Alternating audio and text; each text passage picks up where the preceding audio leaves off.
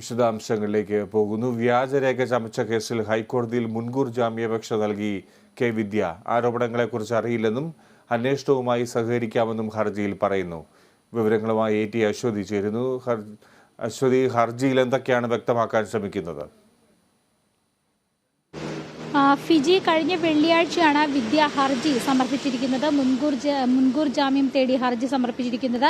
വ്യാജരേഖ ജോലി നേടിയ കേസിലാണ് SFI നേതാവായിട്ടുള്ള കെ വിദ്യ ഇപ്പോൾ മുൻകൂർ ജാമ്യാപേക്ഷ നൽകിയിരിക്കുന്നത്. ആരോപണങ്ങളെക്കുറിച്ച് അറിയില്ലെന്നാണ് വിദ്യ ഇതിൽ വ്യക്തമാക്കിയിരിക്കുന്നത്. മുൻവിധിയോടെയുള്ള ആരോപണങ്ങൾ വലിയ മാനസിക പ്രയാസങ്ങൾ ഉണ്ടാക്കി.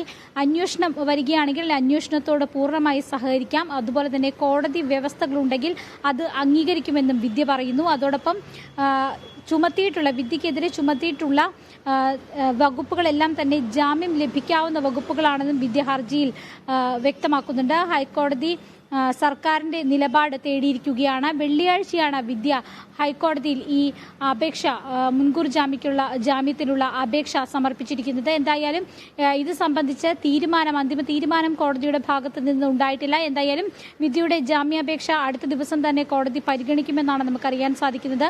അന്വേഷണത്തോട് പൂർണ്ണമായും സഹകരിക്കുമെന്നാണ് വിദ്യ ഇതിനകത്ത് വ്യക്തമാക്കിയിട്ടുള്ളത്. അതുപോലെ തന്നെ വിദ്യക്കെതിരെ ചുമത്തിയിട്ടുള്ള വകുപ്പുകളെല്ലാം തന്നെ ജാമ്യം ലഭിക്കുന്ന വകുപ്പുകളാണ്, അത്തരത്തിലുള്ള ഒഫൻസുകളാണ് എന്നും വിദ്യ ചൂണ്ടിക്കാണിക്കുന്നുണ്ട്.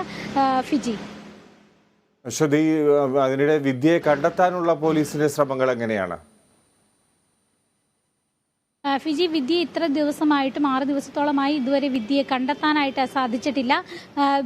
വിദ്യയുടെ ഫോൺ കേന്ദ്രീകരിച്ച സൈബർ സെല്ലിന്റെ സഹായത്തോടു കൂടിയുള്ള അന്വേഷണമാണ് ഇപ്പോൾ നടക്കുന്നത്.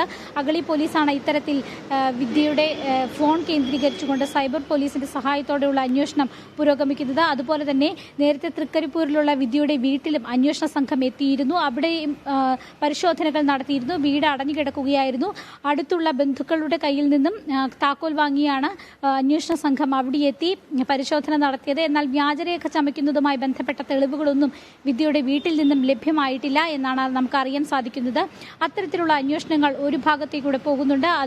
അതേസമയം തന്നെ വിദ്യ സർവകലാശാല ഹോസ്റ്റലിൽ ഒളിച്ചിരിക്കുകയാണെന്ന് KSU ആരോപിക്കുന്നുണ്ട്. അത്തരത്തിലുള്ള ആരോപണങ്ങളും മറ്റും പുറത്ത് പ്രതിപക്ഷ വിദ്യാർത്ഥി സംഘടനകൾ നടത്തുന്നുണ്ട്. എന്തായാലും വിദ്യയെ കണ്ടെത്തുന്നതിനും മൊഴി രേഖപ്പെടുത്തുന്നതിനുമുള്ള അന്വേഷണം നടന്നുകൊണ്ടിരിക്കുന്ന സാഹചര്യത്തിലാണ് വിദ്യ ഇപ്പോൾ മുൻകൂർ ജാമ്യത്തിനായി ഹൈക്കോടതിയെ സമീപിച്ചിരിക്കുന്നത്. ഫിജി, ശരി അശ്വതി, കെ വിദ്യ മുൻകൂർ ജാമ്യ ഹർജി നൽകിയിരിക്കുന്നു ഹൈക്കോടതിയിൽ.